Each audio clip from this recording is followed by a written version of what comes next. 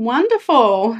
Thank you for joining me on the podcast today, Amy. I'm Yeah. super excited to talk to you about all kinds of things today, but a lot of empowerment things I think we're going to talk about. Let's dive in straight away. And I want to know, why do you think is it important for women to take up space and be seen, and what does that really mean to you? Oh, thank you for having me, first of all.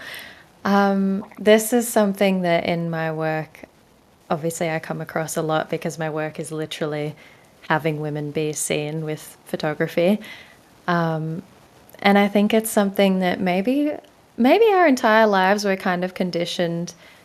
Like if a young girl is outspoken, she's bossy. Whereas if a young boy is outspoken, he's assertive. And I think we've got this conditioning our whole lives that kind of shrink us and shrink us and shrink us, and we just get smaller and smaller. And I think that does a disservice to our potential and what we can contribute to the world and the lives we can lead for ourselves, but also whatever my sort of belief is that our soul comes here to express itself fully, and whatever that expression is, for whatever reason, is what the world needed or what the people around it needed at the time.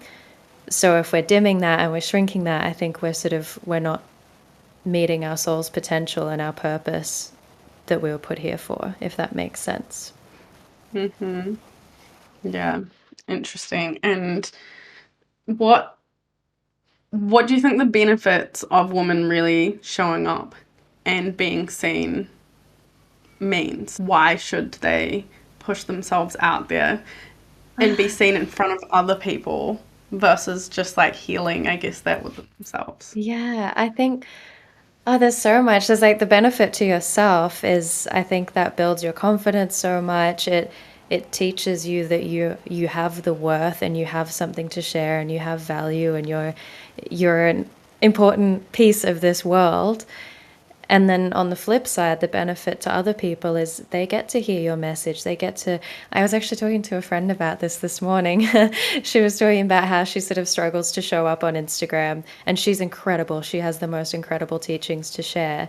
And I was like, okay, think of someone you love, an artist or a teacher or something. For me, I use Taylor Swift as an example. And I was like, I would be so pissed if I knew Taylor Swift had like thousands of other recordings that she didn't release because they weren't ready or they weren't perfect or they weren't, because I just would love to hear it. And that's like my teachers and the podcasts I listen to and this friend that I was talking about, they have so much to share and so much value to contribute that it's a disservice to the rest of us if they don't.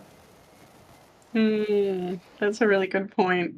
How has your personal relationship with being seen evolved? Yeah. That's been probably my biggest lesson this year, and it's changed everything for me. It's changed a lot internally. It's changed my business. It's just like oh my God. So probably I think 3 or 4 months ago, before that I was sharing pretty sporadically on Instagram, maybe like a couple of posts a week. And it was mostly just like, so I'm a photographer. So it was mostly, here's a photo shoot I did. Here's another photo shoot I did. Here's some behind the scenes, but it was all just photo shoot, photo shoot, photo shoot. And it wasn't actually really connecting with me as a person because I thought people wouldn't care. I was like, people are here for the photography, not for me. But photography is so personal that actually you want to connect with the person behind the lens. And then I had a pretty bad breakup, and that's something usually I would have just kept to myself. But I was kind of in this content creation rhythm, and almost as like a cathartic healing kind of thing, I created this reel that was about life with this guy versus life without him. And I made it for me, and I didn't really intend to share it. I just sat on it for weeks.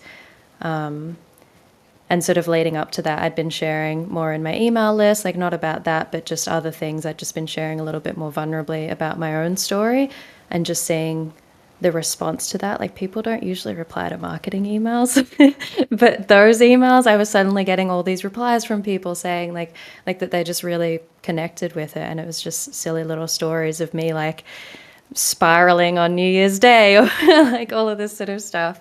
But then anyway, that reel that I created after the breakup, hesitated a lot to share it. I shared it with a couple of close friends who were actually going through similar things at the time, and they were like, "Oh my god, I got goosebumps like this. I needed to see this." Like all of this sort of response.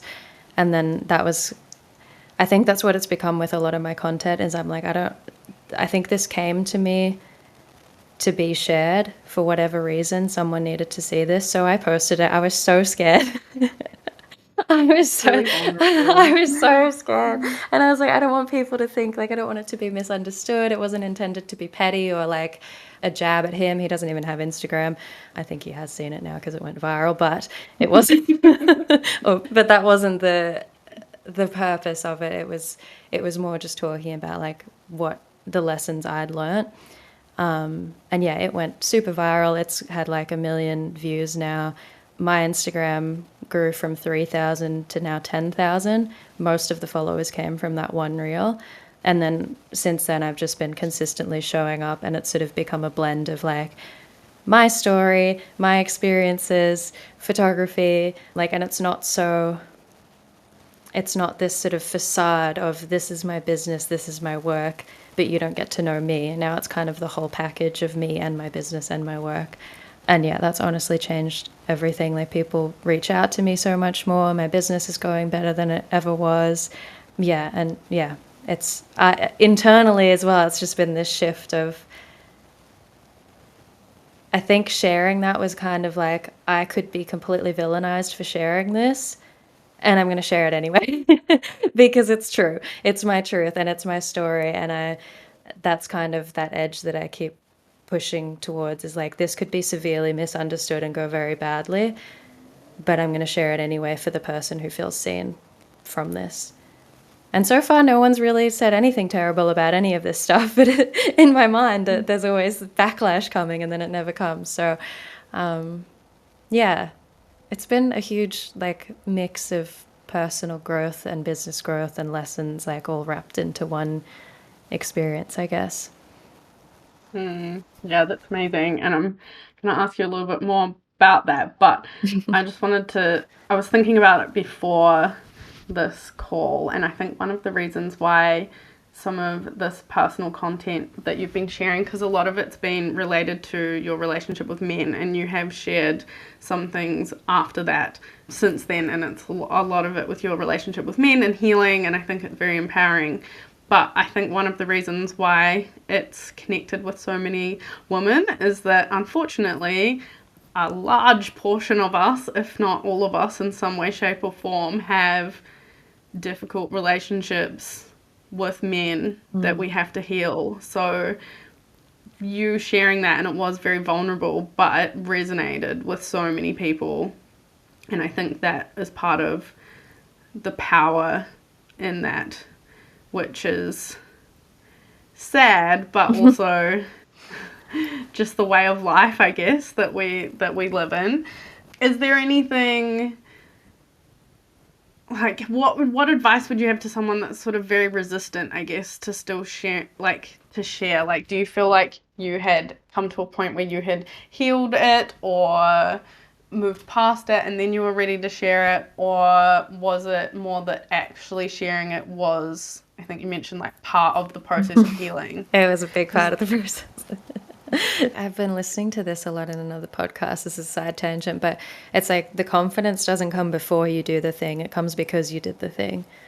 And people are like waiting to have the confidence to do the thing, but you actually need to do the thing to have the confidence. But yeah, in terms of healing, I think, yeah, my sort of mindset over the last few years has been it seems like every time I walk through some kind of fear or lean into discomfort, I'm rewarded in some way. Or it's just through my confidence grows because I've just gotten out of my comfort zone, or something like it feels like some kind of manifestation comes, and that seems to be the theme. And usually, the more scared I am to do something, the more magnetic I become as a result.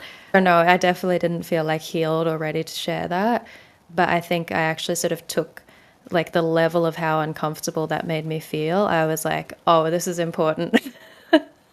I need to do this. I don't want to do this, but I need to do this.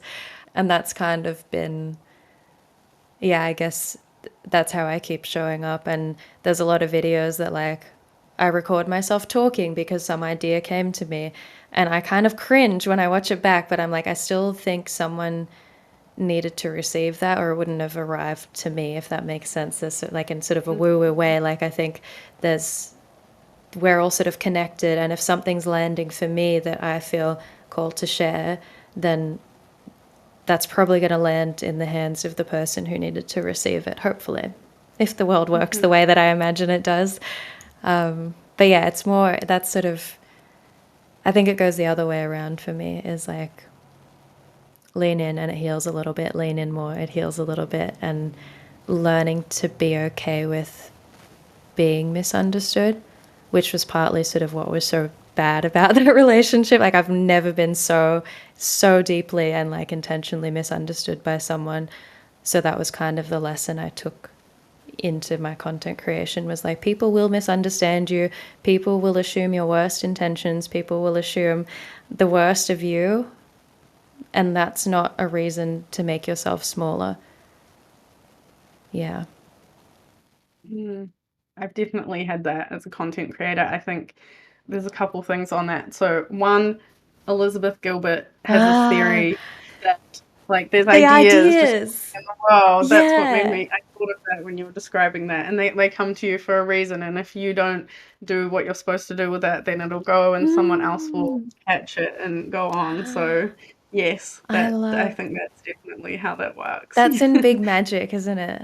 Yeah. I Yeah, love because she that had, like, book. a really weird one with, like, a story that she was writing that's, like, a very it was a very specific Mm. story, and then all this life stuff happened and she didn't finish writing it, and then she went to, like, a writers' conference, and there was this other woman who was sharing, and it was basically the exact same story that she Mm. had written, but she'd finished it with, like, a few little differences, and they were like, "Oh my god," and it's not Yeah. like this woman had found her manuscript and stolen it or anything. That's where she came to this idea that these ideas float around and then they come to you, and then if it's not the right time, and it doesn't mean that every idea you need to action, I suppose, Mm. because if you're like me, you have to reel yourself in sometimes. How have all of these big things really shaped your work creatively as a photographer? Has that influenced the way you work other than just the way you show up online? Yeah.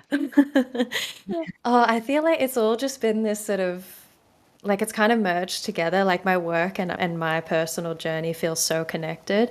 And yeah, so I originally my brand well, originally I did sort of a mix of all sorts of photography.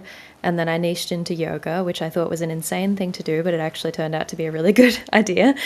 And I think because the kind of like because yoga people, I'm attracting yoga people, and I think they have this same like this desire to grow and this desire to like unravel layers of themselves and understand themselves more deeply.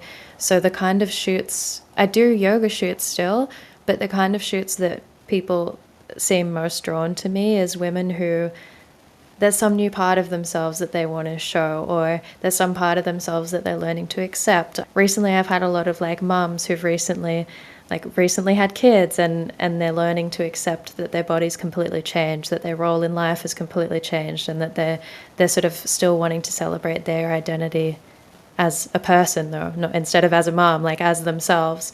I've been thinking about this more recently as well, as like the style I do at shoots is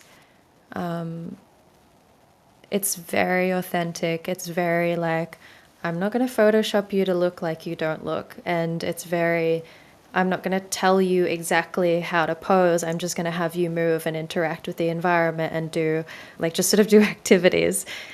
And that's the style of photography I do, which I think for the longest time I've sort of felt like it's a defect in my work or like a flaw in my style that I would look at other photographers on Instagram and they'll be like, okay, now put your elbow here and tilt your chin out. And like they've got these women like frozen in poses and doing this like very specific shape. And I never did that. And yeah, what I thought was sort of a defect has kind of become this superpower, I guess, where it's actually like, and people can see it, and this is the feedback I'm getting more and more, is that I've really captured the essence of people. and I want it to just be you in the photos. I don't want this like facade. I don't want you to pretend to be something you're not. I don't want you to dress like you're someone else. I don't want you to like move like you're not yourself. I think I've derailed the question a little bit again, but it's sort of just this like I guess for my journey of like I want to be sharing myself authentically and seeing like who I really am, and I want to be able to help other women to do that as well through, and like for me I think my tool or gift or whatever is photography, and like using that as sort of a way to like in the shoot process like draw out a woman and help her feel really comfortable, and then like actually be able to capture her as she is, and then sort of reflect that back to her and be like, this is you, and her be like, holy shit, that's me. Yeah. Yeah, I love that. That's so beautiful. And I think professional photo shoots can be so empowering. What changes do you see in clients, or what benefits do they get from being seen in this way through the lens? I think I might actually speak about my own experience, but this is what I kind of see from other people as well. Is so I used to be super uncomfortable. I still am sometimes. It depends on the photographer, but I used to be super uncomfortable with a camera pointed at me, which is often how people become photographers. It's like you can't take a photo of me if I'm taking photos.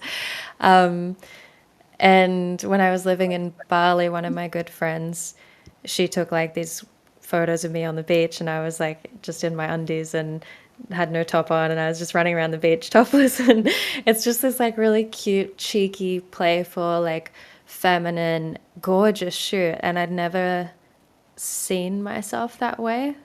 And like just seeing the photos and having that, like, because it's proof, it's me. It's not like some Pinterest board of some random girl that I've saved. Being able to see that just gave me this different confidence and this different way of seeing myself of like, oh, that's me. Like I thought I wanted to be like that, but I didn't think I actually was. But to actually see it, and then I have it on my, I have like a whole, I've got like one of them on my screenshot and a mood board on my like phone wallpaper, and it's just kind of this reminder of like, there's many days where I don't feel like that woman on the beach who looks really beautiful, but I just like to remind myself that that's me, and that like what's showing through in that photo is within me, even if it doesn't feel like it's there. So yeah, it's nice to be able to give that to other people. And I think that's, I guess some of the shifts I see is people who start the shoot saying like, oh my God, I'm so awkward in photos. I'm so nervous. I'm so shy. So many women say that before their shoot. And then at the end, they're just having fun. And then they see the photos and they're like, holy shit, I could cry. Like, that's me. I can't believe I look like that. Or I feel like I've reclaimed a part of myself, or yeah, things like that, that's the whole point for me, I think, more than like, oh, these will be good photos for your website, or these will be, I don't know, good for your Instagram, which they will be. But I think the real value is the way it helps you see yourself. Hmm. And I imagine once you've seen yourself in that way and you have these beautiful photos that you're happy to share on Instagram and on your website, that would empower you to actually share and then be Mm, seen more and put yourself out there more, and then as a snowball effect, effectively see some level of growth, I guess, in your business, because you are showing up and you are being seen in this really beautiful way that you're feeling confident and happy about. totally, yeah. Yeah, it's kind of like manifesting as well. It's like you need to see something to believe it. And then even if you're like faking it a little bit for the shoot and you're like, oh, I don't feel that confident, but I want to appear confident. But then you see yourself appearing confident and you feel confident. Mm. Mm. Yeah, I've had that experience because I'm not very good in front of a camera. Well, I wouldn't naturally put myself there. That's why I used to do a lot of photography, and that was the same reason why I Hide be behind the behind the camera. camera. But then I didn't have any models to practice on at the time, so I had to practice on myself, which was a lot of running backwards and forwards. But Yep. I did like I did a naked photo shoot of myself Whoa. in the river, and I had like flowers strategically sort of placed like Wow. around. I've got to find those photos. It was years ago, but at the time I was like bigger than what I like felt comfortable. You know, I've never been like Mm. the skinny girl, but I was kind of like chubby at the time. And when I look at those photos, I'm like, man, you look beautiful. And it's Oh. like just a way of being able to see yourself through a different light. And Mm. I'm not pro Photoshop and stuff, but I'm not against like getting rid of the odd pimple and Yeah. things like that, you Same. know, because Yeah. then it's like otherwise you just see that one bit and you end up Yeah. hyper focusing on that, and that sort of And that's I think temporary detracts as from the well. entire exactly, and then that detracts from the entire benefit of actually seeing you for you. So I can relate to that a lot. And I've had professional photo shoots since then, and it makes a huge difference when you see them afterwards and you're like, wow, Yeah. this is like I'm always look better than what I was. Yeah. Except the last one. And then I was like, I look chubbier than what I thought I was doing. Oh. Oh no. Uh, that kind of sucks. Yeah. So, what advice would you have for anyone that is feeling really resistant? Because I think that is something that many women and our listeners can relate to, like the idea of getting behind a camera and or getting in front of a camera, sorry, and having your photo shoot taken. What advice would you have for them to help them step out of their shells a bit? Mm. The answer that I thought of when you first said that, like if you feel any resistance, that's kind of my signal a lot of the time to do the thing because I'm like, oh, I'm scared. Good. Let's try this. So if you sort of can have that mindset, but then in terms of like actual practical tips for if you've booked a shoot or you're thinking about booking a shoot, a way to make it a lot more comfortable can be number one, book a short shoot. So you're not gonna be, I don't know, having this like 3 hour long extravaganza where you're sort of in your head the whole time. Book with someone you feel comfortable with or you resonate with, or because the photographer probably, in my experience, like I've been in front of the camera with a lot of different photographers and I've had I've had it. I had a guy. I had a guy who was doing like stock photos, and he was like, "Oh yeah, I'm glad I found someone like average looking," and like while he's photographing me, and I was like, What? "Thanks, man." Or I've had another guy who was like, "Oh, you look kind of awkward right now," like just unhelpful.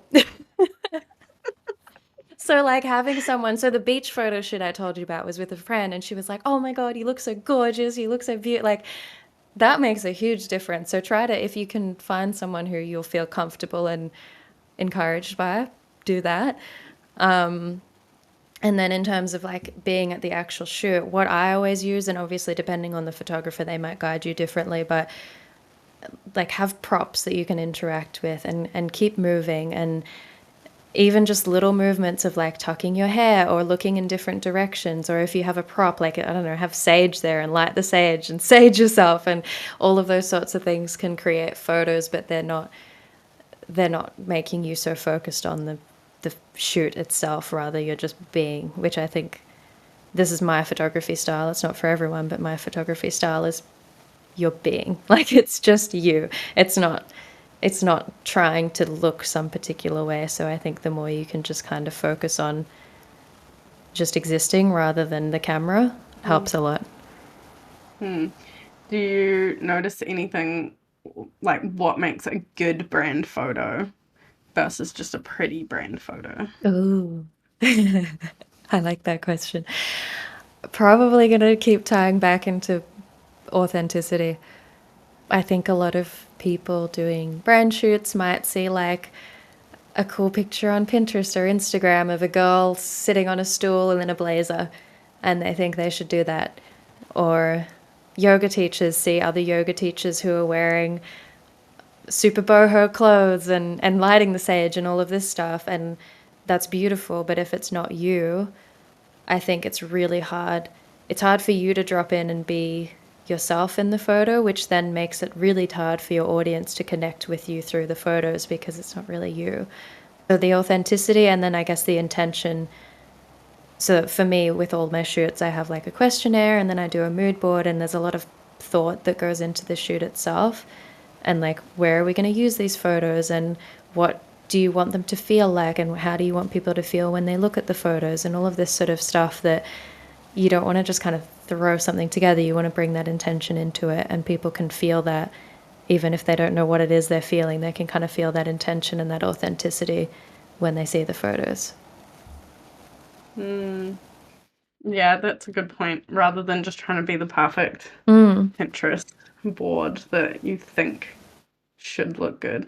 Do we need what sorry, I rephrase this. What sort of level between for a yoga photo shoot specifically, since we're all yoga teachers listening, Mm. do you need to have like you doing yoga poses Mm. versus like you being you, I Mm. suppose? I kind of want to flip this question. If you were going to a yoga class, what do you go for? Well, you're gonna be going, well, it depends on the class, really, like if it's gonna be the hot yoga, but you're looking to connect in with yourself ultimately. That's Mm. why we practice, is it not? How do you choose which class you go to? For me, it's anything relaxing and yin at Okay. the moment. Okay. Well, for Anything that will allow me to sleep. anything that will allow me to sleep, fair. Fair. Well, for me, I don't know if this is a universal experience, but for me, it's the teacher. Like, I go to the teachers that I know and I connect with, and I don't care if they can do, I don't know, a chin stand. I care about the person and their message and the things they say during the class and their energy. So I think for me, at least, as a yoga student, I want photos that help me see the person.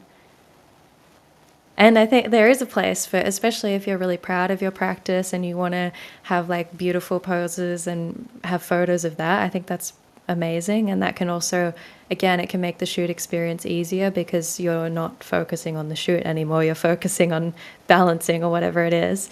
You're focusing on your leg burning while I've got you in in Warrior 2 for a few shots. So usually I go a variety at my shoots, but I do have some teachers who they don't do a single asana.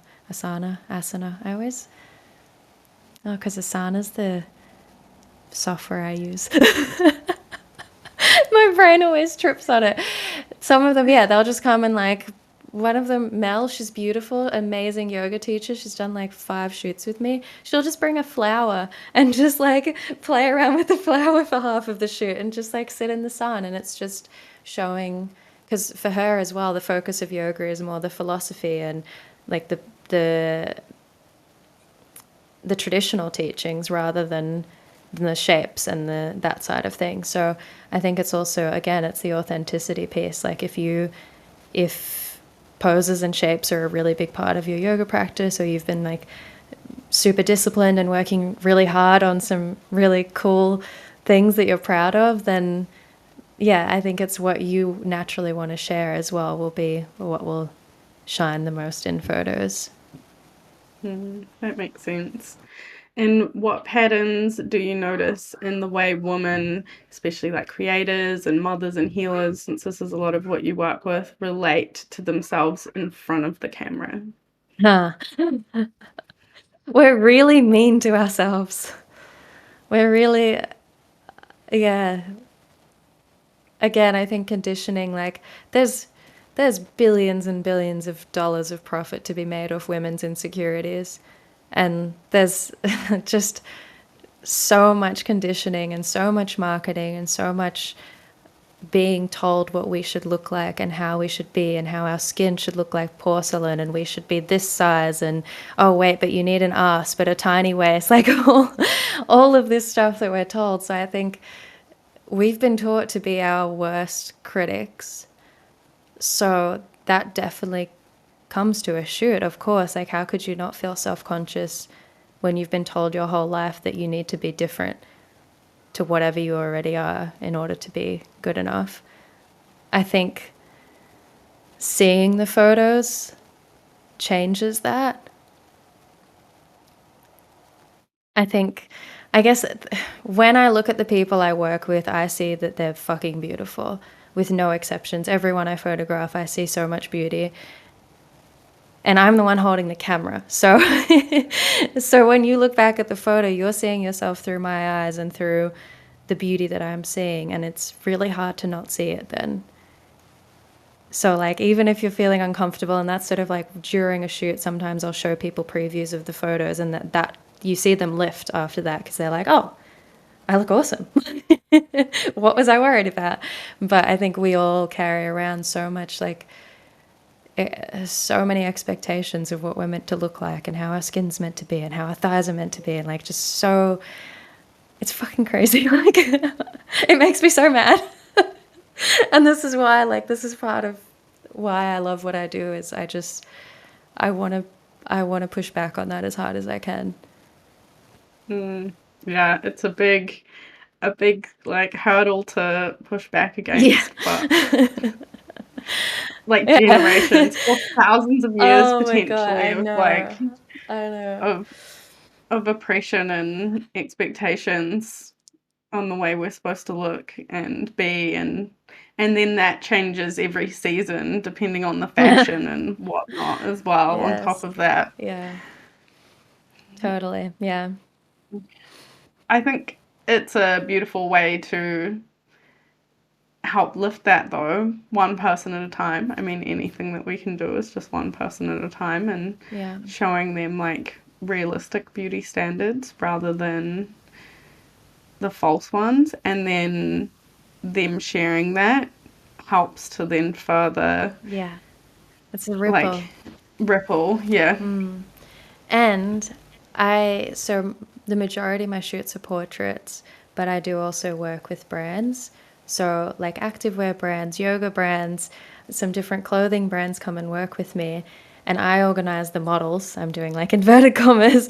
I organize the models for them, but it's just people. Like I don't hire like nothing against people who are models either, but I'll be like, hey, here's a girl that I did a shoot with that I think would look perfect for this outfit.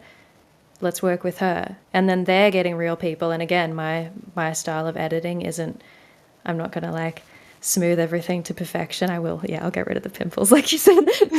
But I'm not going to like, I'm not, you know, pulling in waists and making butts bigger and making legs longer and like completely changing a person. And then that's going to brands. And then those brands are using that to promote their stuff. So they're shifting the narrative as well. And like it's really aligned with the philosophies of the kind of brands I work with as well to not create something so fake and unrealistic. Hmm. Have you shot many models? Do you find is it have they been trained to like act in a certain way and pose? Is it harder to get them to be natural or that I guess is that their job? Oh, I do love working with models. They are just more comfortable, I think. Like they're just more used to it. They've had 100 cameras pointed at them, so they're not overthinking it as much as the average person probably would.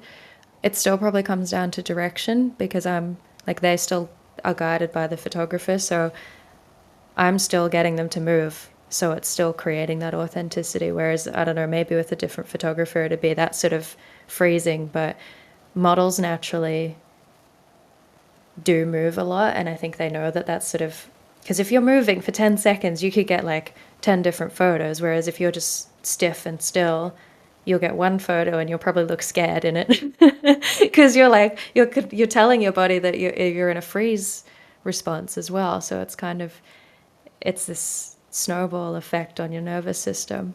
But no, I think models, at least in my experience, they show up super authentically in camera as well. Nice. And is there anything that you want people to know when they're looking at like high fashion magazines and things? Because I'm sure you can tell knowing editing. How edited are these? You say I could tell. I probably can't tell that much because I don't do much of it. But there was like, I don't know, years ago when I was first learning photography, I dabbled in that and I played around with the photos that I took of like myself and other people. And I'd be like, "Ooh, what does this like airbrushing tool do? What is this like?" There's a tool called Liquify on Photoshop where you can like turn the photo like liquid and then you can push things like as if you're pushing water in a tray kind of. So you can like push the waste in and push the, and now with AI, you can like you can select eyes and just very quickly make them bigger or the color different or whatever it is that you want to do. And you like, it's, yeah, I just wouldn't believe. I just wouldn't believe what you see on those things, I guess, or just don't compare yourself to those things. Yeah, Mm, yeah, it can get easier said than pretty, done. yeah. Well, because everything's so well done these days as well, so it Mm, is hard to know what yeah. is real and Yeah, what well, isn't. even I think I forget the exact number, but I remember seeing a statistic about cellulite that was like, I think like 80 or 90% of women have cellulite, something like that. Do 80 or 90% of women you see in magazines have cellulite? Probably. No, It's probably been yeah, photoshopped. like, yeah. I remember reading a some chick magazine years and years and years ago, and it was like, oh, Britney Spears is cellulite. Like they're pointing it out on all of these different like What? celebrities, and you're like, Oh, I hate that. it's like a scandal, and you're like, we all have it. Why is it a scandal that they're human? But then we learn that we're like, oh, she was shamed for having cellulite, Mhm. so I should be ashamed of my cellulite. Mhm. Yeah, it's terrible. Ugh. And then they profited off it at the same Yeah. time Oh, massively. I feel Yeah. so sad for people in those industries that, yeah, just you can't just exist like a human and not be. And like, I just can't imagine having my Mm. photo in a magazine being like, look at her cellulite. Like, that sounds horrible. Yeah, and people get mean as well, like Mm, on the internet. What do you wish more people, more women particularly, mm. knew about showing up online and being present and having their stories heard? I think for women who have businesses, and I think yoga teachers for the most part do, whether they want to or not, end up being business owners, it's probably the best thing you can do for your business because there's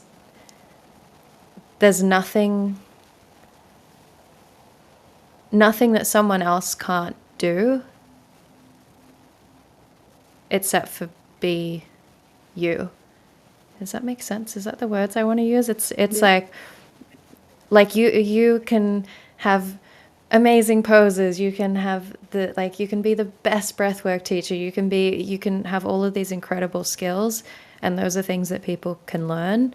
But the thing that's unique about you, and again, like coming back to my sort of woo woo side, like the your soul was put here to express whatever your unique expression is, and no one can replicate that. So, in terms of marketing, it's a really smart thing to do. And then, in terms of personal growth, it's again, it's probably one of the best things you can do because until you're fully showing up and letting yourself be seen as yourself, like you can't attract the people who are actually meant to connect with that and like into from customers, from friends, like the brands that you work with, the kind of studios that you get jobs at, if they don't see you properly, you actually, not some facade or whatever, they can't they can't connect with you. And I think like the kind of for me probably friendship's actually a really big part of that. Like the friends that I have, the more I let myself be myself. People shed for sure, but those were the people who weren't even there for the authentic you to begin with. And that's kind of sad to be surrounded by people that you need to be someone else to keep. Mm. Hmm. Is there anything with showing up that you still hold boundaries around, or that you think people should hold boundaries around? Or is it just like, this is me, this is my marketing, this is what I'm working on, this is what I'm going through? I think a mix, like it comes, there's probably two things. One is there's things that I don't that are like there's things that are happening in my life right now that I'm not sharing because I don't know how to yet, and I don't want to share. I guess yeah, sort of the second thing is I want there to be intention, and I want it to be coming from a place of adding value, not like I don't want to just go on Instagram and talk shit about some problem I have or try to make someone else look bad, or like there are things that like in my personal time I have other challenges, or I have like other goals that I'm working towards that I'm not sure how to share it yet, so I haven't shared that yet. So I guess just kind of,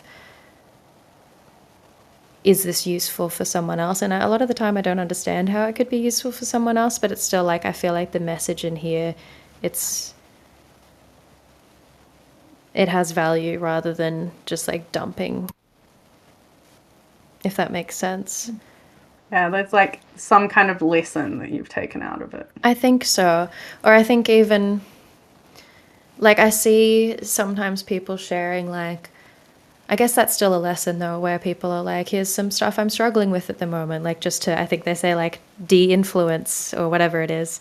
But I guess the lesson in that is still like, don't fall for the highlight reel. Don't just look at other people's lives for the surface level you see on Instagram. Like there's always stuff going on. But I don't want to use my platform as like,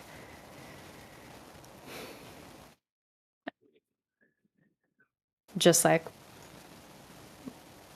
oversharing or like underthinking. Like I try not to overthink stuff either, but I don't want to just like dump stuff out there without thinking about how that could affect other people in my life, or how that could affect, or just like not be helpful.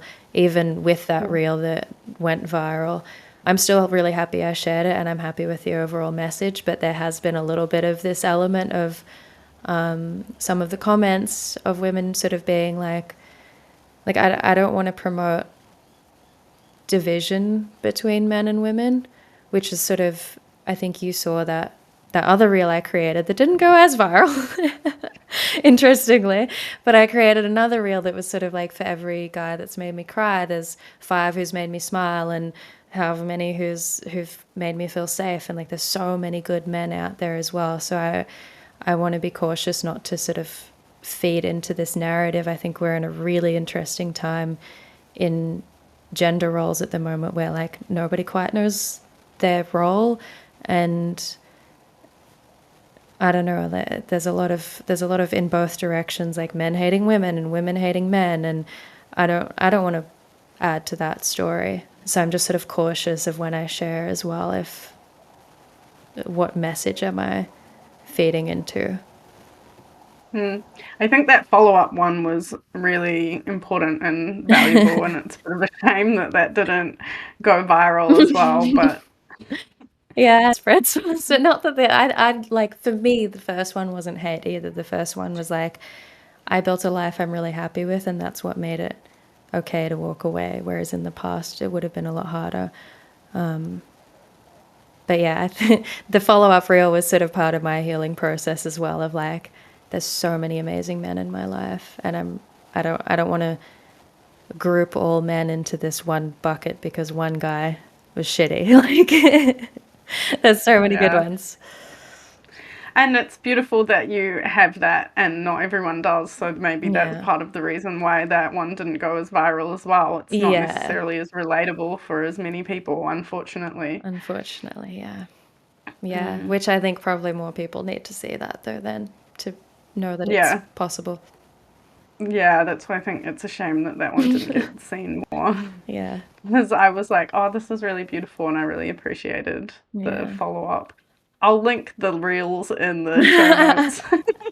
Since we've I love talked these about little those two specific references. Yeah. ones. Oh God.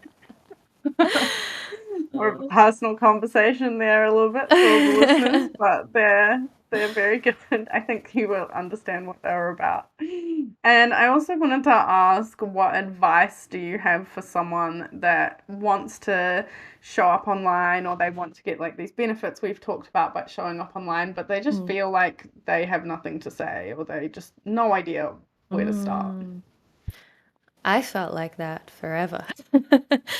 And then I think when this shifted was actually probably the New Year's email that I mentioned, where like I was super anxious on New Year's Eve last year, and I was like spiraling, and I was in my head, and then I named it. I was like with friends, and I told one of the guys I was spiraling, and then I felt better. And it's not that interesting of a story, but I just wrote about it and shared sort of my experience on my email, and that was when, like, it was a pretty simple story. I didn't climb Everest or do anything noteworthy at all. I just was anxious. And then I shared about it, and I think that resonated more than anything I'd shared before that. So I think try not to underestimate